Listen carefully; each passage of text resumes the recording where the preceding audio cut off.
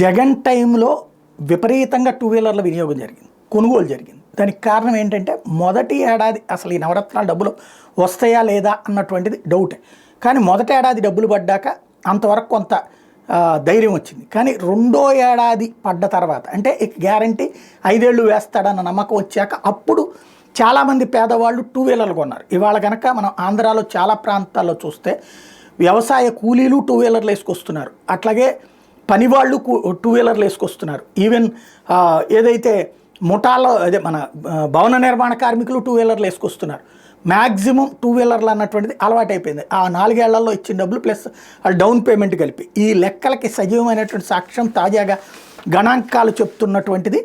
ఆసర్ 2024 నివేదిక ప్రకారం 2018, 2022, 2024 నాటికి ద్విచక్ర వాహనాలు ఉన్న కుటుంబాల శాతం పంజాబ్ హయ్యెస్ట్గా ఉంది భారతదేశంలోనే. 2018 77.7 నుంచి ఇప్పుడు 2024కి 86% కుటుంబాలు అక్కడ టూ వీలర్స్ కలిగి ఉన్నాయి. ఆ తర్వాత స్థానం తమిళనాడు, వాళ్ళు టూ వీలర్స్ ఫ్రీగా ఇచ్చారు ఆడపిల్లలకి. అది అందువలన 2018లో 67.5% ఉన్నది కాస్త 2024 నాటికి 80.4% చేరింది. అప్పట్లో ఆడపిల్లలకి దాదాపుగా 50 లక్షల మందికో ఏమో టూ వీలర్స్ ఫ్రీగా ఇచ్చారు వాళ్ళు. దాంతో అక్కడ వచ్చింది, ఏది స్టాలిన్ వచ్చిన తర్వాత ఇచ్చింది.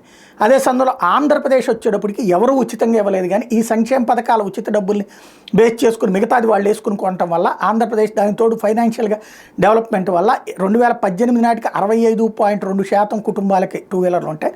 22 నాటికి 70.8 అయితే 24 నాటికి 73.7% మంది ఇవాళ టూ వీలర్లు కలిగి ఉన్నారు ఆంధ్రప్రదేశ్లో. 75%, ఇవాళ 65.7% 2022 నాటికి, 2024 నాటికి 75% అయింది. అట్లాగే హర్యానా 65.2% 2018లో ఉంటే ఇప్పుడు 73.7%. కర్ణాటక 57.7% నుంచి 73.6% పెరిగింది.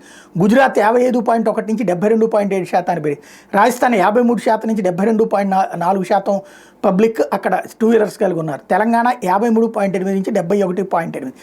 అంటే ప్రైవేట్ ట్రాన్స్పోర్టేషన్ మీద డిపెండ్ అవ్వడం లేదా పబ్లిక్ ట్రాన్స్పోర్టేషన్ మీద డిపెండ్ అవ్వడం తగ్గేసి ఈ అన్ని రాష్ట్రాల్లో కూడా ఈ మన సిటీ బస్సులు లేకపోతే మెట్రోలు లేకపోతే కనుక ఇతరత్ర ప్రైవేట్ బస్సులు లేకపోవడం వల్ల ఇక గత్యంతరం లేని పరిస్థితుల్లో టూ వీలర్ అవసరమైతే అప్పు చేసి టూ వీలర్లకు లోన్స్ కూడా ఇస్తున్నారు ఈఎంఐ కింద.